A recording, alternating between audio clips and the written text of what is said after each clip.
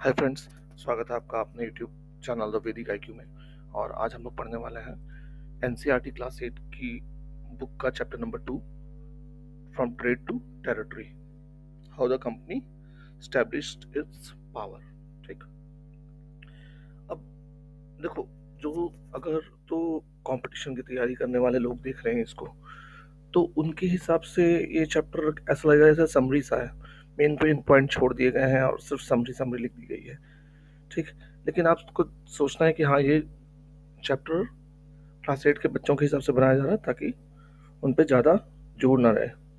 ठीक है, तो आप भी इसको बस अभी, अगर आप बेसिक से तैयारी कर रहे हैं तो आप सिर्फ एज अ समरी देखिए इसको, है ना। और धीरे धीरे आप जैसे जैसे आगे की क्लासेस में जाएंगे और खास करके 11-12 में जाएंगे तो वहाँ पे आपको डिटेल चीज़ें मिलेंगी। ठीक है, चलिए। अब देखो, होता क्या है कि 1707 में औरंगजेब की डेथ होती है, और औरंगजेब की डेथ होने के साथ ही ना, क्योंकि लेटर जो मुगल्स थे वो इतने स्ट्रांग नहीं थे। ठीक, और तो जो उनके सूबेदार लोग थे, मुगल गवर्नर्स थे, और जो बड़े बड़े जमींदार थे, उन लोगों ने इस चीज़ को एक मौका देखा। उन्होंने देखा कि अरे यार, अब तो जो सेंट्रल अथॉरिटी है वो स्ट्रांग नहीं है ना। तो उन्होंने क्या करना चालू कर दिया, अपनी धीरे धीरे रीजनल अथॉरिटी और रीजनल किंगडम बनाना चालू कर दिया। मतलब एक तरीके से अपने आप को आज़ाद होने लग गए धीरे धीरे। ठीक है, सेंटर से दूर होने लग गए। डिक्लेयर नहीं किया कि हम आज़ाद हैं, टैक्सेस वैक्सेस देते रहे थोड़ा मोड़ा, लेकिन अथॉरिटी अब अपने हाथ में ले ली ज़्यादातर। ठीक है, पहले डिसीजन के लिए सेंटर से लिया जाता था, अब वो अपने अंडर ले ली सारी उन्होंने। ठीक, तो हम देखते हैं बहुत सारे रीजनल टेरिटरीज और किंगडम्स निकल के आती हैं। अब दिल्ली नाम के लिए एक सेंटर रह गया था, उतना ज़्यादा इफेक्टिव था नहीं वो। ठीक, इसी टाइम पे हम देखते हैं 18th सेंचुरी के सेकंड हाफ में, मतलब कौन सा पीरियड, 18th सेंचुरी बोल रहे हैं तो आप देख लो, जो छोटी क्लास के बच्चे हैं उनको बता रहा हूँ मैं, 18th सेंचुरी की बात हो रही है तो मतलब 1700 कुछ की बात हो रही होगी। ठीक है, और अगर 19th सेंचुरी की बात कर रहे हैं हम तो 1800 कुछ की बात हो रही होगी। ठीक है, एक माइनस करके चला करो तो आपको समझ में आ जाएगा कौन कब की बात चल रही है। तो 18th सेंचुरी के सेकंड हाफ मतलब क्या, 18th सेंचुरी तो पहले समझ में आ गया, 1700 समथिंग की बात चल रही है, और सेकंड हाफ मतलब 50 के बाद, मतलब 1750s के बाद की बात हो रही है। ठीक है, तो 1750s के बाद ना एक और हम जबरदस्त पॉलिटिकल पावर देखने को हमें आती है, कौन सी, ब्रिटिशर्स। ठीक, जो अंग्रेज थे। अब ये ओरिजिनली तो इंडिया में क्या करने आए थे, ट्रेडिंग करने आए थे, है ना, मसाले वसाले खरीदने, कपड़े वपड़े खरीदने आए थे इंडिया से और ले जाके बेचने के लिए। लेकिन इन लोगों ने यहाँ रह करके ना बड़ी बारीकी से इंडियन जो पॉलिटिकल सिनारियो था उसको एनालाइज किया और पाया कि देखो, यहाँ पे कहीं ना कहीं हम अपने आप को स्टैब्लिश कर सकते हैं। और जो इम्पेरियलिज्म का उस जमाने में चलता था ना, कॉलोनी बनाना, दूसरी कंट्री पे जाकर राज करना, तो उनको ये मौका दिखा। उनको लगा कि हाँ, हम यहाँ पे एस्टेब्लिश कर सकते हैं अपनी कॉलोनी को, इंडिया को एज अपनी कॉलोनी। क्यों भाई, ऐसा क्यों लगा? सबसे पहले तो हम ईस्ट इंडिया कंपनी के बारे में ही जानते हैं कि कौन थे वो। तो हुआ ये कि 1600 में ना ईस्ट इंडिया कंपनी को वहाँ की रानी क्वीन एलिजाबेथ फर्स्ट ने स्पेशल राइट दिया, जिसको बोला जाता है चार्टर। ठीक है, कि तुम ही एक ऐसी कंपनी होगी जो इंडिया से माल खरीद के इंग्लैंड में बेचोगी, और किसी को राइट नहीं दिया गया कि कोई और कंपनी नहीं करेगी ऐसा। ठीक है, इंग्लैंड की, बाहर की कोई भी कर सकती थी लेकिन इंग्लैंड की कोई और कंपनी नहीं करेगी, सिर्फ ईस्ट इंडिया कंपनी को ये राइट दिया गया। ठीक है, अब इससे हुआ क्या कि वो अपना निकले फटाफट, Cape of Good of Hope होते हुए पहुंचे मद्रास। लेकिन इनके आने से पहले तो, बहुत पहले, इनके आने से बहुत पहले ही पोर्तुगीज आ चुके थे, वास्को डी गामा आ चुका था 1498 में। ठीक है, और वास्को डी गामा के बाद फिर आए आपके, और डच भी आ गए थे। बाद में लेटर ऑन सबसे लास्ट में आते हैं आपके फ्रेंच आते हैं। ठीक, पहले कौन आता है, सबसे पहले आपको याद रखना है, पहले आते हैं पोर्तुगीज, फिर आते हैं डच, फिर आते हैं ब्रिटिशर्स, और लास्ट में आते हैं फ्रेंच। इंडिया, इन सब का मकसद क्या था इंडिया आना, सिर्फ और सिर्फ इंडिया से कुछ एक चीज़ों को खरीदना, ले जाकर के अपने देश में बेचना, यहाँ से सस्ते में खरीदना, वहाँ से वहाँ जाकर महंगे में बेचना। तो इनको मर्केंटाइल कैपिटल ट्रेडिंग कंपनीज बोला जाता था। मर्केंटाइल कैप ट्रेडिंग कंपनी यही करती थी, सस्ते में खरीदो, ले जाके महंगे में बेच दो। ठीक, लेकिन प्रॉब्लम कहाँ होने लग गई, अब वो लोग इंडिया आते किस चीज़ों के लिए, कॉटन खरीदने, सिल्क खरीदने, है ना। पेपर, क्लव, कार्डमम, सिनामम, ये सब चीज़ें खरीदने आए थे जो यूरोप में बहुत डिमांड में थी, है ना। अब हर कंपनी चाहती थी कि भाई मैं खरीदूं सबसे जितने सस्ते में खरीदेगा उतना ज़्यादा उनका प्रॉफिट होगा। तो वो चाहते थे कि हम ही खरीदें और ले जाके हम ही बेचें सिर्फ, और कोई मार्केट में हो ही ना। अब मान लो मार्केट में सिर्फ 500 किलो हुआ है, क्या मान लो पेपर 500 टन हुआ है, ठीक, 500 टन टोटल मार्केट में आया। अब अगर 4 कंपनियां हैं तो सब थोड़ा थोड़ा खरीदेंगी, है ना। लेकिन 100 टन के आसपास ही खरीदेंगे, 125 टन सब खरीदेंगे। लेकिन अगर एक की मोनोपोली हो जाए, है ना, एक का ही राज चले, तो वो सारा का सारा उसका हो जाएगा, है कि नहीं, आप देख लो। लेकिन अगर 4 रहेंगे तो कंपटीशन रहेगा, और इस सब कंपटीशन में फायदा किसको हो रहा था? इंडियंस को फायदा हो रहा था बहुत ज्यादा। कैसे? वो रेट बढ़ा देते थे अपना, है ना। वो कहते थे, जैसे ब्रिटिशर्स आए तो कहते थे नहीं जी हम तो इतने में नहीं देंगे, हम डच को दे देंगे, तुमको इतने सस्ते में क्यों दें, डच वाला ज्यादा पैसा दे रहा है। और डच वालों को बोलते थे कि फ्रेंच वाला ज्यादा दे रहा है, फ्रेंच वालों को बोलते पुर्तगाली ज्यादा दे रहे हैं। तो इस तरीके से इंडियंस को बहुत फायदा हो रहा था, और जो ट्रेडिंग कंपनीज थी उनको फायदा तो तब भी होता था, और इतने में भी खरीदने ले जाके तो वहां महंगे में बेचते थे, लेकिन कंपैरेटिवली कम था, है ना। तो ये आपस में इन्होंने सब, इनको समझ में आया कि यार सबसे पहले तो ये करना पड़ेगा, इंडियंस को तो हम बाद में देखेंगे, सबसे पहले जो कॉम्पिटिटिव है ना, इनको हटाना पड़ेगा, कंपटीशन को हटाना पड़ेगा, है ना। तो उन्होंने क्या करना चालू कर दिया, आपस में लड़ाइयाँ चालू कर दी, ठीक है, एक दूसरे का जहाज डुबाने लग गए, रूट्स रोकने लग गए, ठीक है। आपस में लड़ाइयाँ चालू हो गई इनकी, इवन लैंड पे भी खूब लड़ाइयाँ हुई इनकी आपस में, ठीक। ब्रिटिश फ्रेंच की खूब, एंग्लो फ्रेंच वॉर आप देखोगे बहुत सारी आपको पढ़नी है आगे चल करके, यहाँ पे मेंशन नहीं है इस चैप्टर में। एंग्लो फ्रेंच वॉर वगैरह होती है इनकी, है ना, पुर्तगालियों के साथ भी लड़ाई होती है, और डच के साथ भी लड़ाई होती है, और सबको ब्रिटिशर्स ने कहीं ना कहीं हरा के भगा दिया यहाँ से, ठीक। और वही सबसे ज्यादा पावरफुल निकल के सामने आते हैं। तो East India Company begins trade in Bengal. तो ईस्ट इंडिया ने शुरुआत की थी बंगाल की तरफ से।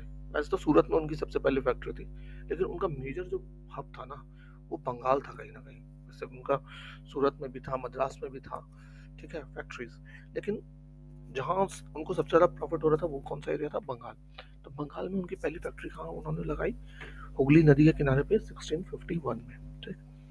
तो कंपनी के जो ट्रेडर्स थे उनको कहते थे फैक्टर्स, ठीक। और जो जहाँ पे वो अपना वेयर हाउस, उनका जो वेयर हाउस था उसको फैक्ट्री बोला जाता था। वहाँ पे प्रोडक्शन तो कुछ होता नहीं था, बट वहाँ पे गुड्स को स्टोर किया जाता था ताकि बाद में ले जाके उसको एक्सपोर्ट करें। अब ऐसा थोड़ी था कि हाँ अभी 10 किलो हो गया तो इसको पोर्ट पे भेज दो, शिप से भेज देंगे। वो एक ही साथ भेजते थे सारा माल ना, टनो टन। उस जमाने में आने में टाइम लगता था, बैलगाड़ी वगैरह से आती थी, ट्रक वर्क तो थे नहीं, है ना। तो आप सोचो गाँव वाँव से अंदर से सामान मंगाना है, तो धीरे धीरे पहले वो जमा करते थे एक जगह पे, फिर बेचते थे, आगे भेज देते थे पोर्ट से, फिर इंग्लैंड, ठीक है। अब जैसे जैसे ट्रेड बढ़ने लग गया उनका, तो कंपनी ने और भी मर्चेंट और ट्रेडरों को बुलाया, है ना। अपने रिश्ते नाते को बुला लेते ना, हाँ भाई आजा आजा तू भी आजा, सबको बुला करके उन्होंने सेटल करना शुरू कराया फैक्ट्री के आसपास में। 1696 आते आते वो अपने फोर्ट बनाने लगे बड़े बड़े, ठीक है। क्यों फोर्ट बनाने लग गए? इसके पीछे कारण ये भी था कि वो अपना जो माल वाल रखते थे तो कई बार चोरी भी हो जाता था, है ना, लूट उट भी हो जाती थी, लूट लाते थे लोग, या फिर जो राइवलरी वाले थे वो भी उनमें आग वाग लगा देते थे, ठीक है, ताकि ये बेच ही ना पाए यूरोप ले जाके, हम और ज़्यादा महंगा बेचेंगे। तो इस चलते अपने माल को बचाने के लिए उन्होंने फोर्ट टाइप का बनाना शुरू किया। और इसके लिए उन्होंने क्या चालू किया? मुगल ऑफिशियल्स को ब्राइब देना चालू कर दिया, उनसे कंपनी जमींदारी राइट्स लेना चालू कर दिया, और जमींदारी राइट्स ले भी लिया उन्होंने 3 विलेजेस के। अब उन 3 विलेज में एक था कालीकाता नाम का विलेज, जिसको बड़ा करके इन्होंने कलकत्ता बना दिया, ठीक है, जिसको आज हम कलकत्ता के नाम से जानते हैं। फिर उन्होंने मुगल एम्पायर पे, औरंगजेब पे भी जैसे तैसे करके उनको मना मुना के एक फरमान इशू करवा लिया। फरमान क्या था कि इनको ड्यूटी फ्री ट्रेड करने की परमिशन दे दी। ड्यूटी फ्री ट्रेड का मतलब क्या हो गया कि इनको कोई टैक्स देने की जरूरत नहीं है, ठीक है। अब ऐसा करने से सोचो कितना बवाल हो जाएगा मार्केट में, है ना, कि एक कंपनी को आप कह रहे हो कि बिल्कुल भी तुम भी तो टैक्स ही मत दो, तो उसके तो मजे आ गए भाई। वही हुआ। अब ये क्या करने लग गए, ठीक है, कंपनी को तो उन्होंने दिया ही दिया टैक्स फ्री, तो इससे सबसे पहले तो जो रेवेन्यू था, है ना, लोकल गवर्नमेंट का, वो घटने लग गया। प्लस क्या करने लग गए, ये कंपनी के जो ऑफिशियल थे ये अपना प्राइवेट ट्रेड भी चलाते थे, और जो फरमान था उसका यूज करने लगे प्राइवेट ट्रेड के लिए भी। ठीक। तो जो लोकल गवर्नमेंट उसको तो बहुत ज्यादा नुकसान होने लग गया है ना, और जो लोग बेचारे लोकल जो थे उनको भी नुकसान होने लग गया, लोकल ट्रेडर्स को। तो उन्होंने क्या किया, इस चीज की आवाज उठाई लोकल अथॉरिटी के पास। लोकल अथॉरिटी कौन था, वहां का नवाब, जो बंगाल का नवाब था, मुर्शिद कुली खान। अब मुर्शिद कुली खान ने इस बात का प्रोटेस्ट किया फिर कि भाई तुम ऐसा कैसे कर सकते हो। जब प्रोटेस्ट किया तो ब्रिटिशर्स ने क्या किया, उनके साथ लड़ाई कर दी। ठीक है। तो बंगाल के नवाब और ब्रिटिशर की लड़ाई, कॉन्फ्लिक्ट पहले तो चालू होता है।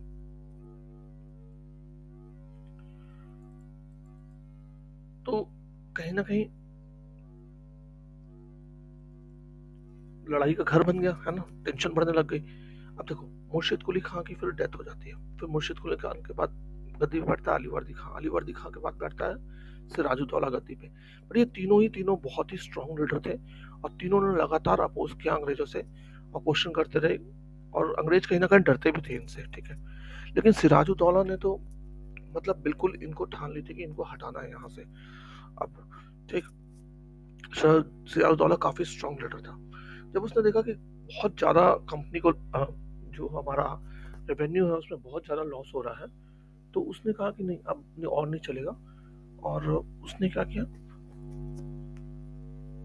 उसने कंपनी पे अब इल्ज़ाम लगाना शुरू किया। उसने बोला कंपनी को क्या, कि ये कंपनी वाले जो है हमें धोखा दे रहे हैं। ठीक। और बंगाल गवर्नमेंट को बहुत ज़्यादा नुकसान हो रहा है, ये नवाब की अथॉरिटी को भी अंडरमाइन कर रहे हैं, मतलब चुनौती देते हैं। ठीक है। और ऊपर से टैक्स तो पे ही नहीं करते हैं, अगर लेटर भी डिसरिस्पेक्टफुल वर्ड यूज करते हैं। ठीक है। ह्यूमिलिएट करते हैं नवाब को और उसके ऑफिशियल्स को। अब वो ये सब बातें एकदम साफ साफ बोलने लग गए थे। ठीक है। अंग्रेजों की भी इतनी हिम्मत हो गई थी कि वो पैसा खूब कमा लिया था इन्होंने, तभी लोग दबा करके ये सब चीजें करते थे। मतलब नवाब से डरते भी नहीं थे, पहले तो वो डरते भी थे। ठीक है।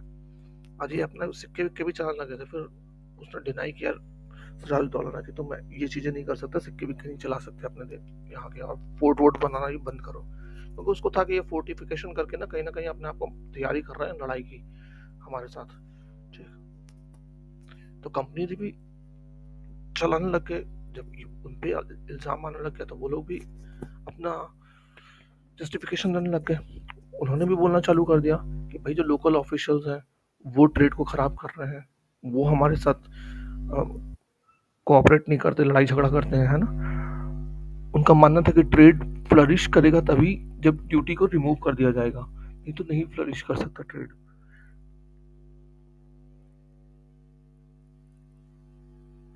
और वो ये भी बोलने लग गए कि हमें अगर अपना ट्रेड को एक्सपेंड करना है तो हमें एक्सपेंशन करना पड़ेगा विलेजेस का, हमें फोर्ट्स भी बनाने पड़ेंगे। ये सारा अपना वो जस्टिफिकेशन चालू कर दिए देने के लिए। लेकिन बंगाल का नवाब भी मानने को तैयार तो था नहीं, तो अब कन्फ्रंटेशन होनी ही होनी थी उनके बीच में, लड़ाई का माहौल बन चुका था बिल्कुल। ठीक है ना। तो होती भी है लड़ाई भाई, बैटल ऑफ प्लासी की लड़ाई होती है। अली वर्दी खान कब मरता है, 1756 में, और प्लासी की लड़ाई होती है 1757 में। ठीक। कंपनी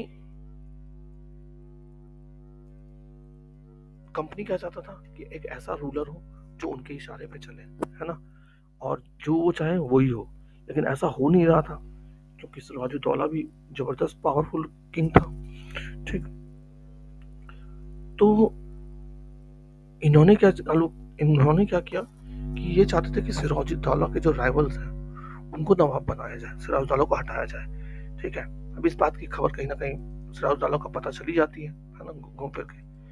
तो उसने भी अपना इन पे दबाव बनाना शुरू किया। उन्होंने बोला कि सबसे पहले तो तुम पॉलिटिकल अफेयर्स में पार्टिसिपेट करना बंद करो अपना। ठीक है। तुम्हारा कोई लेना देना नहीं है पॉलिटिकल अफेयर्स में घुसने का। फोर्टिफिकेशन बंद करो और रेवेन्यू देना चालू करो। ठीक। कई राउंड ऑफ नेगोशिएशंस हुए, लेकिन सबके सब फेल हो गए। ठीक। फिर नवाब ने क्या किया, सिराजुद्दौला ने 30,000 सोल्जर्स के साथ अंग्रेजों की फैक्ट्री जो कासिम बाजार में थी वहां चला जाता है। वहां कंपनी के जो ऑफिसर्स थे उनको ही पकड़ता है, वेयर हाउस बंद कर देता है, जो कुछ एक अंग्रेज वहां थे उनसे आर्म्स ले लिए जाते हैं। ठीक है। और जो जहाज आ रहे थे आते थे इंग्लैंड से, उनको ब्लॉक कर दिया जाता है, आने नहीं दिया जाता है, ठीक है, समुद्र में। उसके बाद फिर वो वहां से कलकत्ता जाता है और कम कंपनी का जो फोर्ट था कलकत्ता में, वहां भी कब्जा करता है, ठीक है। जब अंग्रेजों को इस बात का पता चलता है कि हाँ भाई उनका कलकत्ता भी हाथ से चला गया है, तो कंपनी के ऑफिसर्स ने मद्रास से रॉबर्ट क्लाइव के कमांड में एक फोर्स भेजी, ठीक है, साथ में नेवल कमांड भी भेजी। नवाब के साथ फिर से डिस्कशंस होते हैं, नेगोशिएशंस चलती हैं। तो 1757 में फाइनली रॉबर्ट क्लाइव ने, पर वो बातें बन नहीं पाती, तो फिर फाइनली होता है 1757 की लड़ाई, ठीक, जहाँ पे कंपनी को कौन लीड कर रहा था, रॉबर्ट क्लाइव, और सामने कौन था, सिराजुद्दौला था।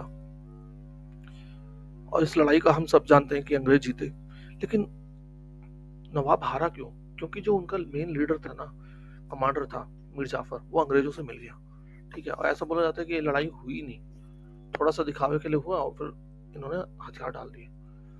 सिराजुद्दौला को भी पकड़ा गया, पकड़ने के बाद उसको मरवा भी दिया गया, ठीक है। और ये अंग्रेजों की बहुत बड़ी विक्ट्री मानी गई, क्योंकि बंगाल की आर्मी बहुत स्ट्रांग मानी जाती थी, और उसका ऐसे हारना पूरे इंडिया में बात फैल गई, ठीक है।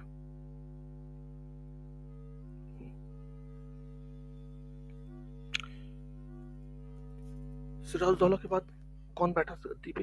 मीर जाफर बैठता है गद्दी पे, है ना।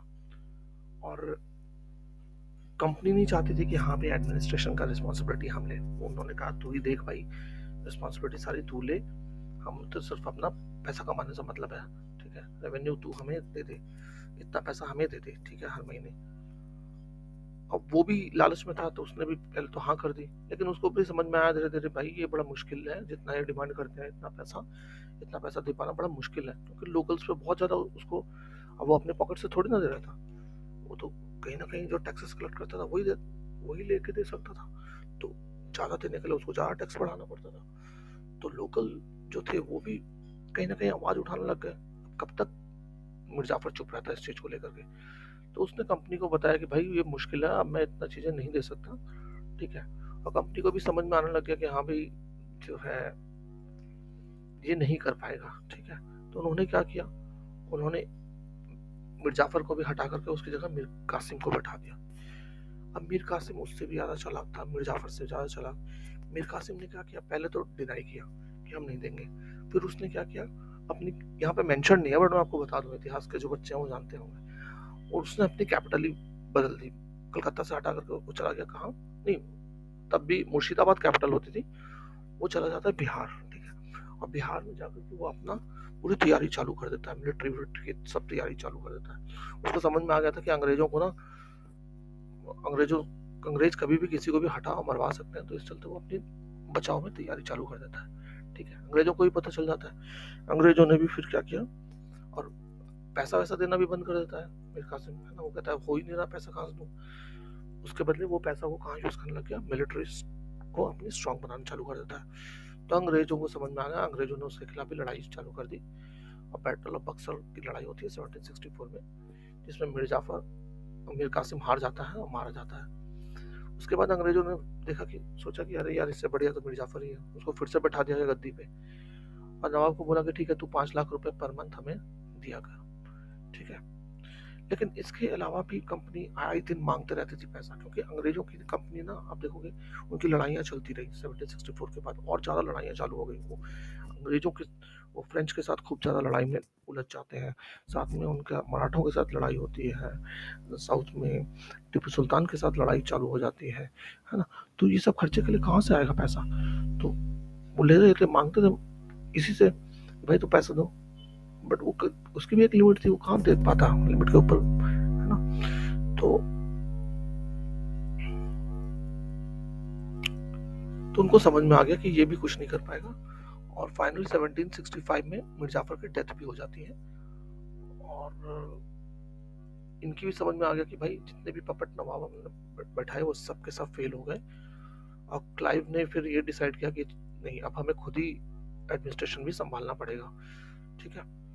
तो फाइनली 1765 में मुगल एम्पायर ने अपॉइंट किया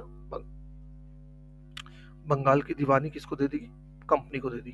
ठीक है, दीवानी का मतलब क्या था? रेवेन्यू वगैरह कलेक्ट करना। ठीक है, और साथ में एडमिनिस्ट्रेशन भी देखना वहाँ का।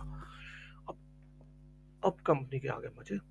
अब वो ऑफिशियल हो गया, रेवेन्यू मुगलों के अप्रूवल हो गया, मतलब अब सबको मानना ही पड़ेगा भाई, है ना। तो वो अब रेवेन्यू दबा के आना चालू हो गया। अब उनके जो खर्चे थे लड़ाई वड़ाई के, अब वो तो सॉल्व हो जाएंगे, है ना।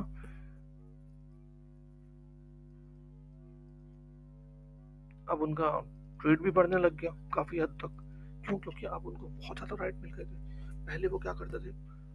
ब्रिटेन से सोना लाते थे, चांदी लाते थे, वो दिया करते थे, उसके बदले में कुछ खरीदा करते थे, है ना। लेकिन अब क्या हो गया? अब तो उनको क्या करना था? यहीं से टैक्स का पैसा उठाओ लोगों से, उन्हीं का सामान खरीदो, है ना, और ले जाके अपने देश में बेच दो। कितना बढ़िया हो गया भाई, 1 रुपया नहीं खर्चा करना पड़ रहा अपना। समझ रहे हो? तो पहले अंग्रेजों को, क्योंकि अंग्रेजों को इंडिया सोना भेजना पड़ता था, अब उनको भेजने की जरूरत ही नहीं पैसा। तो पहले एक तरीके से ड्रेन ऑफ वेल्थ थ्योरी अगर आप लोगों ने पढ़ी होगी, है ना, तो वो अंग्रेजों का ड्रेन ऑफ वेल्थ हो रहा था इंडिया की तरफ, वो उनका पैसा आ रहा था इंडिया में खूब दबा के। लेकिन अब उल्टा हो गया, उनको तो पैसा ही नहीं देना पड़ रहा, फ्री में यहाँ से माल जा रहा है उनके देश में। तो अब ड्रेन यहाँ से होने लगे वेल्थ, है ना, और इंडिया बिल्कुल नुकसान ही नुकसान में होने लग गया। अब वो इन पैसों से क्या करने लग गए? एक तो सामान खरीदते थे फ्री का, है ना, कंपनी के जो ट्रुप्स थी उनकी सैलरी भी वो उन्हीं पैसों से दे रहे हैं, है ना। साथ में अगर उनको फोर्ट्स बनवाने हैं, ऑफिस बनवाने हैं, वो भी उन्हीं पैसों से बन रहा है फ्री का। तो इस तरीके से अंग्रेजों ने कब्जा कर लिया पूरा का पूरा। ठीक है, कंपनी ऑफिशियल्स बिकम नबोब्स। नबोब्स बोला जा रहा है। अब ये नबोब्स जो लिखा हुआ है वो क्यों है? क्योंकि अंग्रेज जो थे ना, वो नवाब बोल नहीं पाते थे, तो वो नबोब्स बोलते थे, ऐसे करते थे। इंग्लिश वर्जन है ना नवाब का। ठीक है,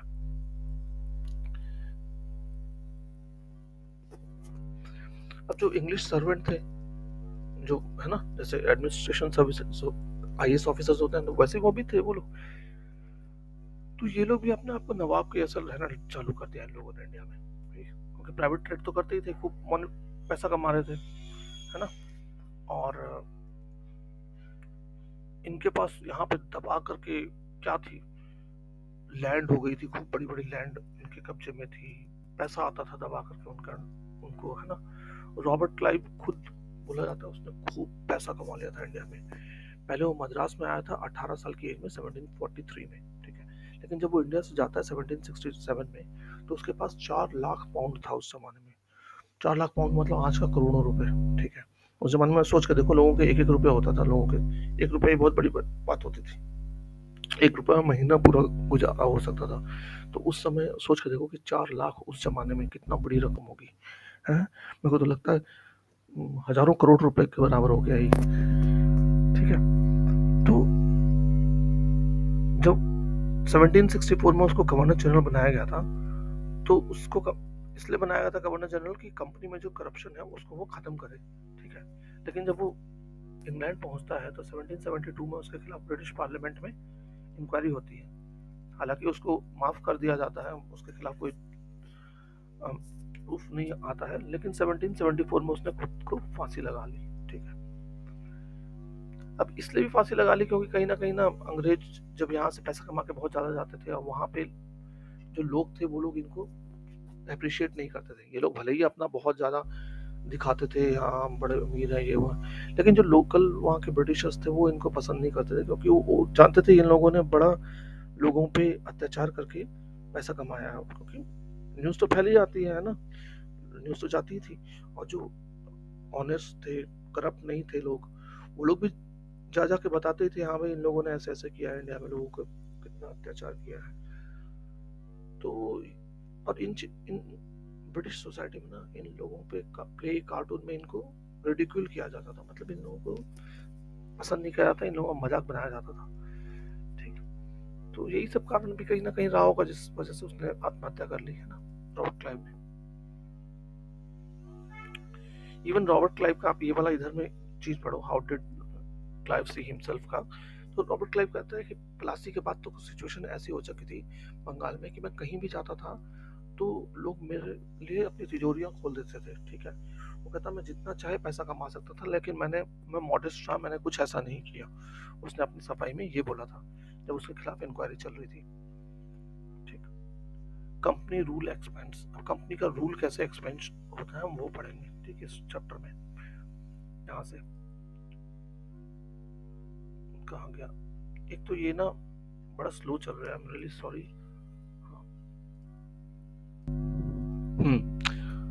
तो आप ना मेरे वीडियो में आज थोड़ी सी आवाज़ भी सुन रहे होगे कुछ, आ, ये वाली आवाज़, क्योंकि घर के पास में ना थोड़ा सा कंस्ट्रक्शन चल रहा है, तो वो आवाज़ आ रही है थोड़ी बहुत।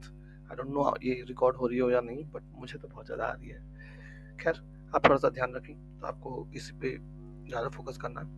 कंपनी रूल एक्सपेंस, अब कंपनी क्या करती है ना, धीरे धीरे अब उसने क्या किया, उसके पास जब रेवेन्यू आना चालू हो गया, अब उसने सोचा कि अब यार जो दुश्मन है ना उनको हटाओ और अपना ज़्यादा से ज़्यादा इन्फ्लुएंस बढ़ाओ इंडिया में।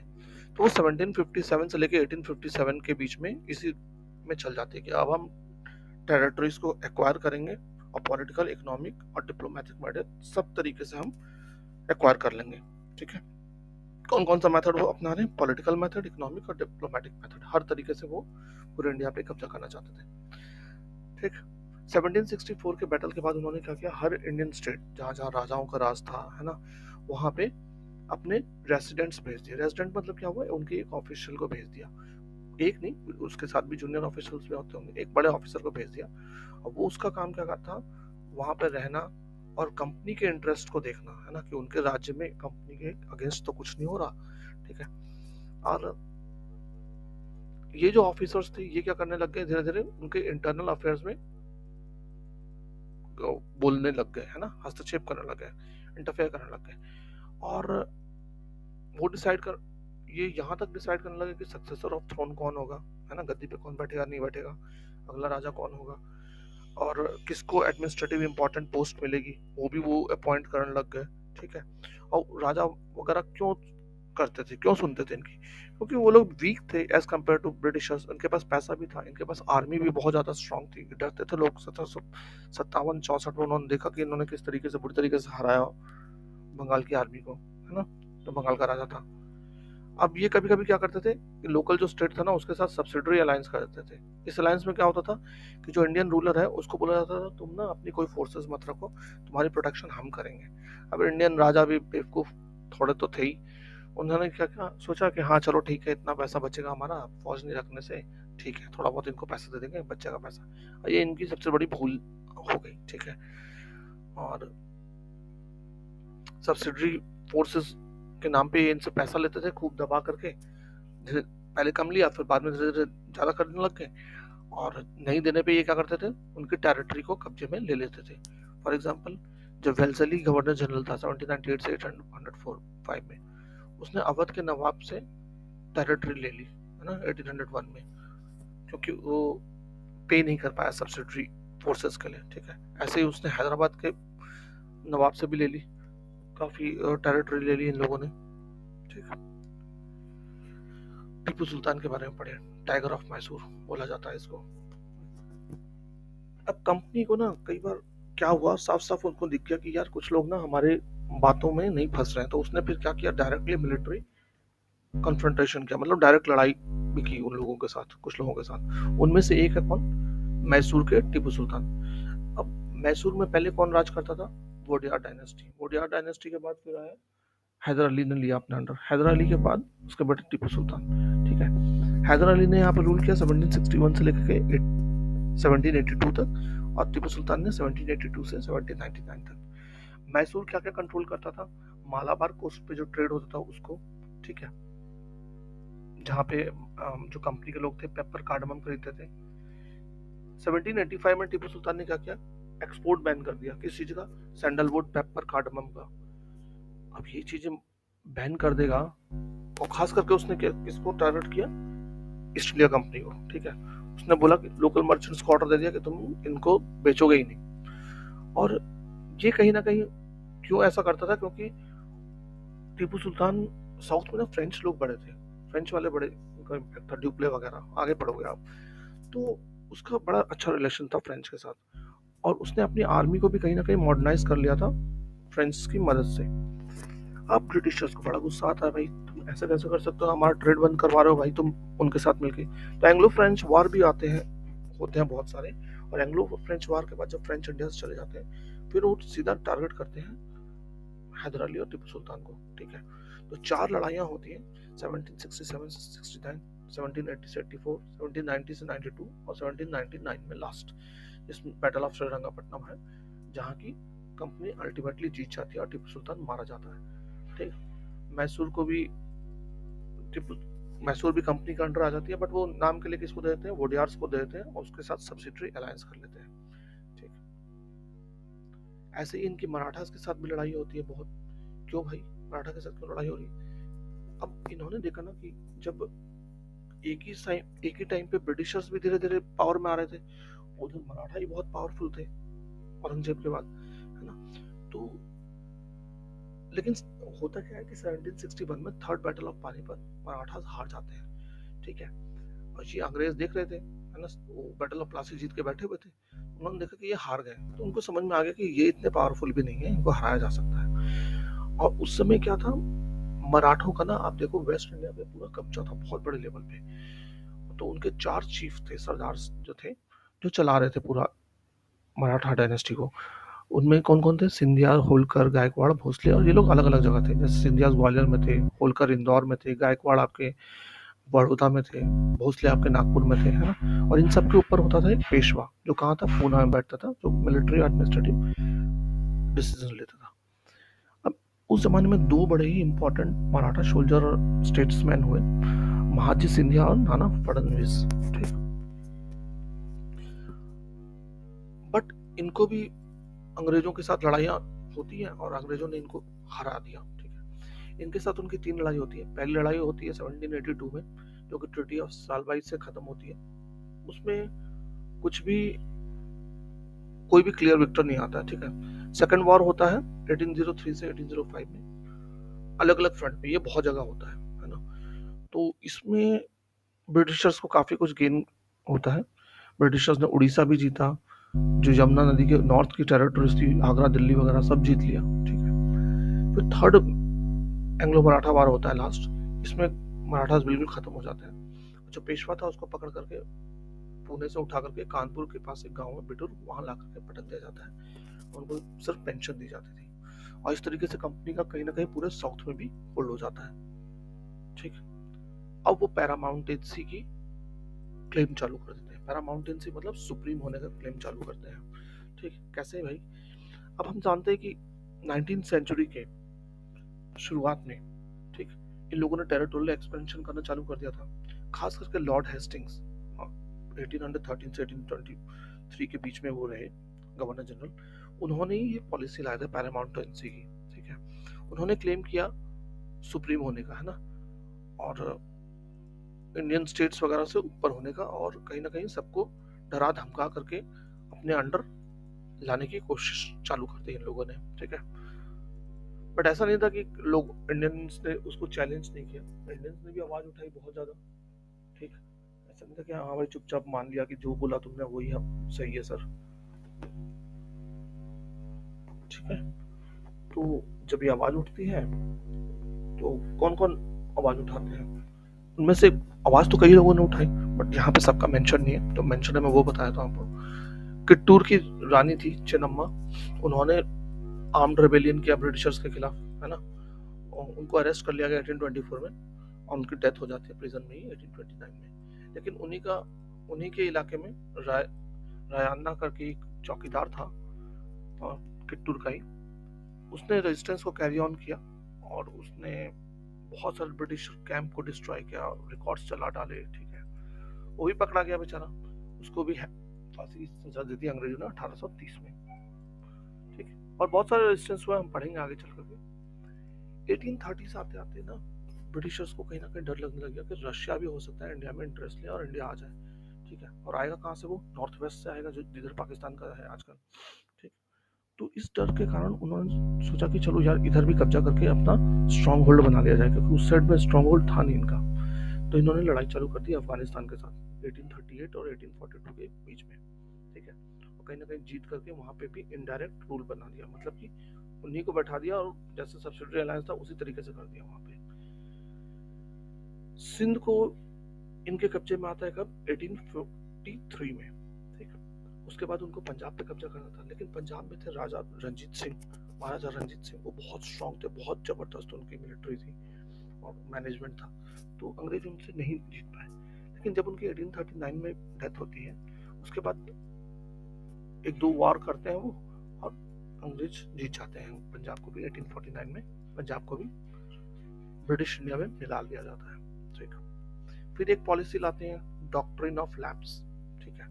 ये लॉर्ड डलहौजी लाया था 1848 से 1856 के बीच में। इसमें क्या था कि अगर किसी भी इंडियन रूलर का मेल एयर, एयर मतलब क्या होता है, और आपका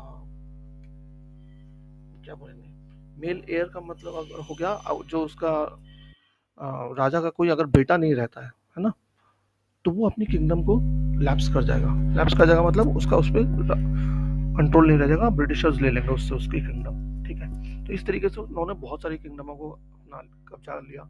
जैसे सतारा को सबसे पहले कब्जा किया था 1848 में, फिर संबलपुर 1850 में, उदयपुर 1852 में, नागपुर 1853 में, झांसी 1854 में। तो इस तरीके से इन्होंने इन सारी इन सारों पे कब्जा कर लिया। जब ये कब्जा करेंगे तो लोग थोड़ी ना चुपचाप इनको देंगे कि आओ भाई ले जाओ। यही चीज इन्होंने 1856 में अवध में भी कर दी, 1856 में, ठीक है। और यहाँ पे इन्होंने क्या बोल दिया कि भाई ये जो अवध का नवाब है, ये ना मिस गवर्नमेंट कर रहा है, यहाँ गवर्न नहीं कर पा रहा है सही से, तो इस चलते हम ये ले रहे हैं। अब ये चीज लोगों को बड़ी चुभी, और जिस तरीके से नवाब की बेइज्जती की गई, वो लोग भी, तो लोग बड़े इससे नाराज थे। और वो नाराजगी 1857 का जब रिवोल्ट होता है, वहां पे लोगों ने लोकल जो रिवोल्ट करने वाले लोग थे उनका साथ देके दिखाया, ठीक है। इसके बारे में हम आगे अगले चैप्टर में बहुत डिटेल में पढ़ेंगे। 1857 रिवोल्ट। अब यहाँ आप देखो 1797 में क्या है, जो रेड एरिया है वो इंडियन राजाओं के अंडर था, और जो पीला वाला एरिया वो ब्रिटिशर्स के अंडर में था। 1797 में देखो कितना कम है। 1840 आते आते देखो कितना ज्यादा होने लग गया धीरे धीरे, है ना। कितने साल में, मतलब 43 इयर्स के अंडर अंडर कितना ज्यादा कब्जा कर लिया इन लोगों ने। लेकिन फिर भी बहुत सारा एरिया अभी भी इंडियंस के अंडर था। लेकिन 1857 आते आते देखो तो बिल्कुल ही इन्होंने कट ऑफ कर दिया ज्यादातर इंडियंस को, है ना। ये जो आपको लाल दिख रहा है राजस्थान की तरफ में, ये तो राजपूताना का एरिया था, और कहीं ना कहीं ब्रिटिशर्स और इनके बीच में वो था, समझौता टाइप में चलता था जैसे मुगल्स के साथ था, ठीक है। तो ये देखो आप कितना अंतर है ना। Setting up administration. एडमिनिस्ट्रेशन का सेटअप सबसे पहले चालू किया वारन हेस्टिंग्स ने। वारन हेस्टिंग कब गवर्नर जनरल बना था इंडिया का? 1773 से लेकर 1785 के बीच में, ठीक है।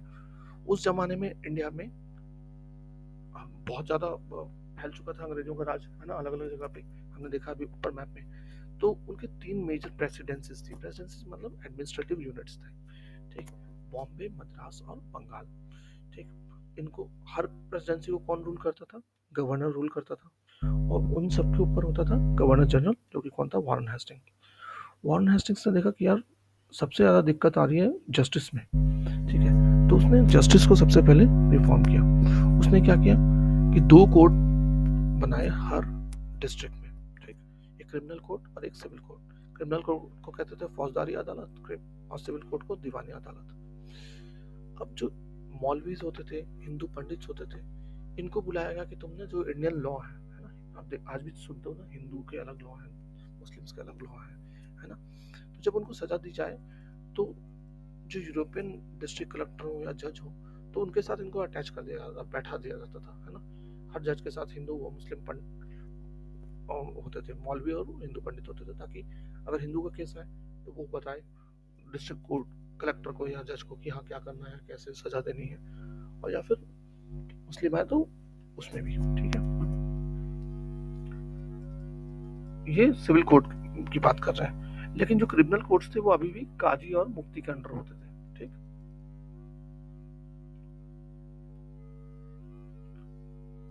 एक मेजर प्रॉब्लम क्या थी कि जो ब्राह्मण पंडित थे ना, वो अलग अलग तरीके से इंटरप्रेट करते थे लॉज को, ठीक है। मान लो एक ही केस में वो बोलते थे ये करना है, और सेम केस आता था तो दोबारा वो कहते थे ये नहीं ये कर दो, ठीक। तो अंग्रेजों को ये चीज़ बड़ी अजीब लगती थी, है ना, जस्टिस करते समय। तो उन लोगों ने क्या किया 1775 में कि सब चीज़ यूनिफॉर्म होनी चाहिए, भाई एक प्रॉब्लम है तो उसका एक ही सॉल्यूशन होगा, है ना। तो उसके लिए उन्होंने क्या किया 1775 में 11 पंडितों को बुलाया और उनसे बोला कि भाई तुम ये जो हिंदूज के सारे लॉ है ना उनका एक डाइजेस्ट बनाओ, डाइजेस्ट मतलब समरी बनाओ, ठीक। और जिसको ट्रांसलेशन बाद में किसने किया, NB हालहेड ने ट्रांसलेट किया इंग्लिश में, ठीक। इसी तरीके से मुस्लिम्स को भी बोला गया कि तुम भी अपना पूरा बनाओ भाई एक समरी, ठीक। बाद में रेगुलेटिंग एक्ट ऑफ 1773 आता है जिससे कि सुप्रीम कोर्ट की स्टैब्लिशमेंट किया जाता है, ठीक है। और एक कोर्ट ऑफ अपील बनाया जाता है जिसको बोला जाता है सदर्न निजामात अदालत, वो भी कलकत्ता में ही था। तो कलकत्ता कैपिटल थी उनकी, मेन हेड वहीं था, गवर्नर जनरल वहीं बैठता था, ठीक। लेकिन डिस्ट्रिक्ट्स में जो सबसे ज्यादा इंपॉर्टेंट होता था वो कौन होता था, कलेक्टर होता था, ठीक है। सबसे ज्यादा इंपॉर्टेंट पोस्ट कलेक्टर की होती थी। कलेक्टर क्या करता था भाई, नाम से ही पता चल रहा है, रेवेन्यू और टैक्स कलेक्ट करता था। साथ में उसका काम था लॉ एंड ऑर्डर को भी मेंटेन करना अपने इलाके में। कैसे करता था वो, उसके अंडर में जज होते थे, पुलिस ऑफिसर्स होते थे, दरोगा होते थे, है ना। तो ये पूरा हाईएस्ट अथॉरिटी था वो उस इलाके में, कलेक्टर। और जहाँ वो रहता था उसको बोला जाता था कलेक्टरेट, उसके ऑफिस को, है ना। और वही एक डिस्ट्रिक्ट में पावर का निशानी बन चुका था कि हाँ भाई कलेक्टरेट ऑफिस है। कंपनी के आर्मी के बारे में पढ़ते हैं, कंपनी की आर्मी कैसे थी। देखो कंपनी की आर्मी इनिशियली तो कहीं ना कहीं मुगलों से इंस्पायर्ड थी। उस जमाने में गाड़ियां तो होती नहीं थी, तो क्या होता था, घोड़ा ही होता था, या तो घोड़ा या तो पैदल, दो ही चीज होते थे। घोड़े जो होता था कैवलरी उसको सवार बोलते थे, है ना। और पैदल वालों इन्फेंट्री मतलब पैदल सैनिक, दो ही टाइप के होते थे। और मुगल्स क्या करते थे ज्यादातर, उनको ट्रेनिंग किस चीज में दे सकते थे, तीर अंदाजी में देते थे, आर्चरी में देते थे, और सोर्ड चलाने की देते थे, है ना, तलवार चलाने की, यही दो देते थे, भाला वाला चलाने की। और मेनली कैवलरी डोमिनेट करती थी, ठीक है। उसको मेन माना जाता था कि हाँ भाई वो मेन है। और जो इन्फेंट्री थे, पैदल सवार थे, वो मुगल्स तो ज्यादा इतना रखना ही प्रेफर नहीं करते थे। वो क्या करते थे, जो लोकल जमींदार होते थे उनके यहाँ जो आम पीजेंट्स होते थे, है ना, वो अब लोकल जमींदार अपने यहाँ रखते थे। लठैतों वठैतों को, लठैत जो रखते थे ना, पुराने जमाने में बोलते हैं लठैत होते हैं भाई, तो वो रखते थे भाई लठैत वालों को। तो जब भी मुगल को चाहिए होता था, मुगल राजा को, तो वो भेज दिया करते थे पैदल सिपाही मुगलों के पास, ठीक है। लेकिन अब धीरे धीरे ना चेंजेस आने लग गए थे, ठीक है। मुगल के जो सक्सेसर स्टेट्स थे, अवध और बनारस वगैरह, वो लोग पीजेंट्स को रिक्रूट करने लग गए थे, ठीक है, अपनी आर्मी में उनको ट्रेनिंग देने लग गए थे प्रोफेशनल सोल्जर्स के तरीके से। और इसके लिए वो मदद ले रहे थे, क्योंकि फ्रेंच वगैरह की मदद लेते थे, ठीक है। आप बड़ी क्लासेस में पढ़ोगे इन चीज़ों को कि फ्रेंच ऑफिसर्स तक उन लोगों ने रिक्रूट किए हुए थे, है ना। जैसे टिप्पू सुल्तान वगैरह है, तो उन लोगों ने फ्रेंच ऑफिसर्स रखे हुए थे अपने लोगों को ट्रेनिंग देने के लिए, ठीक है। उस तो ब्रिटिश ईस्ट इंडिया कंपनी को भी लगा यार ये हमें भी करना चाहिए, अपने लोगों को रिक्रूट करो, कहीं हम पिछड़ ना जाए। तो उन लोगों ने भी रिक्रूट करना शुरू कर दिया और अपनी एक आर्मी बनाई, सिपोही आर्मी। सिपोही आर्मी मतलब इंडियन वर्ड से लिया हुआ, सिपाही से, सिपाही मतलब सोल्जर, है ना। फिर धीरे धीरे वॉरफेयर की टेक्नोलॉजी बदलना शुरू होती है 1820s तक। इन ब्रिटिश जो है और भी जगह एक्सपेंशन करना चाह रहे थे, तो वो बर्मा में लड़ाई लड़ रहे थे, अफगानिस्तान में, इजिप्ट में। वहाँ पे जो उनके सोल्जर्स थे वो यूज करते थे मस्केट्स, मैचलॉक। ये क्या है, बंदूकें थी, एक टाइप की होती है मस्केट और मैचलॉक, आप गूगल करके देखना। तो अब उन लोगों ने फिर देखा कि यार हमें भी ना, कंपनी वालों ने सोचा कि हमें भी अपने आर्मी को मॉडर्नाइज करना पड़ेगा और ये सब चीज़ें इंक्लूड करेंगे। अगर हम ये चीज़ें इंक्लूड करेंगे तो फिर ट्रेनिंग भी देनी पड़ेगी लोगों को। तो उन्होंने ये चीज़ें अपने अंदर ली, ठीक। फिर उन्होंने हर जगह यूनिफॉर्म मिलिट्री कल्चर कर दिया ना। ऐसा नहीं कि यहाँ के सोल्जर ट्रेनिंग ले रहे हैं तो वहाँ के नहीं, और यहाँ के लोगों के पास ये है तो वो नहीं, हर जगह। और यूनिफॉर्म्स पहननी है, सब एक जैसे दिखने चाहिए। तो ये सब चीज़ें थोड़ा सा डिसिप्लिन लेके आ गए थे वो, है ना। और यूरोपियन स्टाइल पर ट्रेनिंग देने लग गए थे। बट इसके साथ साथ में थोड़ी सी प्रॉब्लम्स भी शुरू होने चालू हो गई, है ना, उनकी आर्मी में। क्या हुआ कि इन लोगों ने लोगों को रिक्रूट किया अपनी आर्मी में, है ना, लेकिन इन लोगों ने कोई डिफरेंशिएशन नहीं रखा। पंडित भी वहीं रह रहा है ना। जो शूद्र है वो भी वहीं रह रहा है, वैश्य भी वहीं रह रहा है। अब आप सोच के देखो उस जमाने में इंडिया में कितना ज्यादा डिफरेंशिएशन होता था, है ना। शूद्र वगैरह का तो साथ में रखना, खाना पीना रहना तो छोड़ दो, उनको तो दूर दूर रखा जाता था। अब ऐसे में ऑल ऑफ अ सडन अंग्रेजों को इन सब से कोई लेना देना नहीं था, तो अंग्रेज मानते नहीं थे, और वो उन्होंने अचानक क्या किया, इन सबको एक साथ ठूस दिया। तो आप सोचो, इससे लोगों के मन में क्वेश्चन तो खड़ा हुआ ही होगा ना, काफी सारा। अचानक तो वो लोग भूल नहीं जाएंगे, हाँ भाई हम सिर्फ कंपनी के सोल्जर हैं, हम सब एक हैं, हमें कोई डिफरेंस नहीं है। ऐसा रातों रात तो होना मुश्किल था, है ना। तो ऑब्वियस सी बात है, इनके बीच में भी बहुत सारे मतभेद रहे होंगे, और वो बाद में हमें रिवोल्ट ऑफ 1857 में दिखता भी है। ठीक। कंक्लूजन क्या निकल के आया भाई? कंक्लूजन तो कुछ खास नहीं निकल के आया, बस ये निकल गया कि जो ईस्ट इंडिया कंपनी थी वो कैसे ट्रेडिंग कंपनी से एक टेरिटोरियल कॉलोनियल पावर बन गई, आपने देखा है ना। और पहले जो था, कहीं ना कहीं जो स्टीम टेक्नोलॉजी आई है ना 19th सेंचुरी के शुरू में, इसने भी बहुत मदद की इनको एक कॉलोनियल पावर बनने में। कैसे? पहले ना इंग्लैंड से इंडिया आने में 6 से 8 महीने लगते थे सी से, शिप से, है ना। लेकिन जब स्टीम शिप्स आ गए तो ये जर्नी खाली 3 से 4 वीक की हो गई। तो अब ब्रिटिशर्स भी वहां से बहुत तेजी से इंडिया आ सकते थे, वो आने भी लग गए, और यहाँ से सामान भी जल्दी जल्दी जाने लग गया, है ना। तो वो और भी ज्यादा रिच होने लग गए, उस पावर को और ज्यादा यूज करने लग गए, है ना। वहां जा जाके वहां से तेजी से गन्स वगैरह, आर्टिलरी वगैरह आना चालू हो गई विदेश, इंग्लैंड से, है ना। 1857 आते आते कंपनी ने लगभग लगभग इंडिया के 63% टेरिटरी पे कब्जा कर लिया था, और 78% पॉपुलेशन पे कब्जा कर लिया था। आप सोच कर देखो, मतलब 78% पॉपुलेशन डायरेक्ट अंग्रेजों को टैक्स दे रही थी, और बाकी जो रिमेनिंग थे वो इनडायरेक्ट तरीके से वो ले लेते थे। कैसे? जो इंडिजीनियस राजा थे सब्सिडी अलायंस करके, तो वो राजा को तो देते ही थे ना, और राजा उनको देता था अंग्रेजों को। तो एक तरीके से पूरा का पूरा इंडिया इनके कंट्रोल में आ चुका था 100%। ठीक। स्लेव ट्रेड की छोटी सी कहानी है, पढ़ लेना आप। ठीक है, कोई आपके चैप्टर से रिलेटेड नहीं है, तो मैं इसको नहीं पढ़ रहा हूँ। तो ये था पूरा चैप्टर, होप आपको पूरा समझ आ गया हो, कहीं पे कोई डाउट ना रहा हो। कोई डाउट हो तो आप हमें कमेंट करके, हमने पूरी कोशिश की है कि हाँ आपको पूरा चैप्टर डिटेल में पढ़ें हम, है ना। बहुत डिटेल तो नहीं पढ़ा पाया, मैं जानता हूँ, क्योंकि बहुत सारी बातें बहुत शॉर्टकट में दी हुई थी इसमें। लेकिन आप बीइंग अ क्लास 8 स्टूडेंट, आपको इतना ही पढ़ना है तो आप उतना ही पढ़ो, डिटेल क्यों पढ़ाऊंगा आपको। हाँ, लेक्चर देखने के बाद किताब जरूर पढ़ लेना, ठीक है। लेक्चर चाहे 2 बार सुन लो, लेकिन किताब एक बार जरूर पढ़ लेना। इससे होता क्या है कि जब भी आप सुन के पढ़ते हो ना, तो आपके दिमाग में हमेशा याद रहेगा, ये कभी मत भूलना। ठीक है, मैं बार बार बोलता हूँ, एक बार फिर से बात को इसीलिए दोहरा रहा हूँ। ठीक है, चलो, तो थैंक्स फॉर वॉचिंग, मिलते हैं अगले वीडियो में। जय हिंद।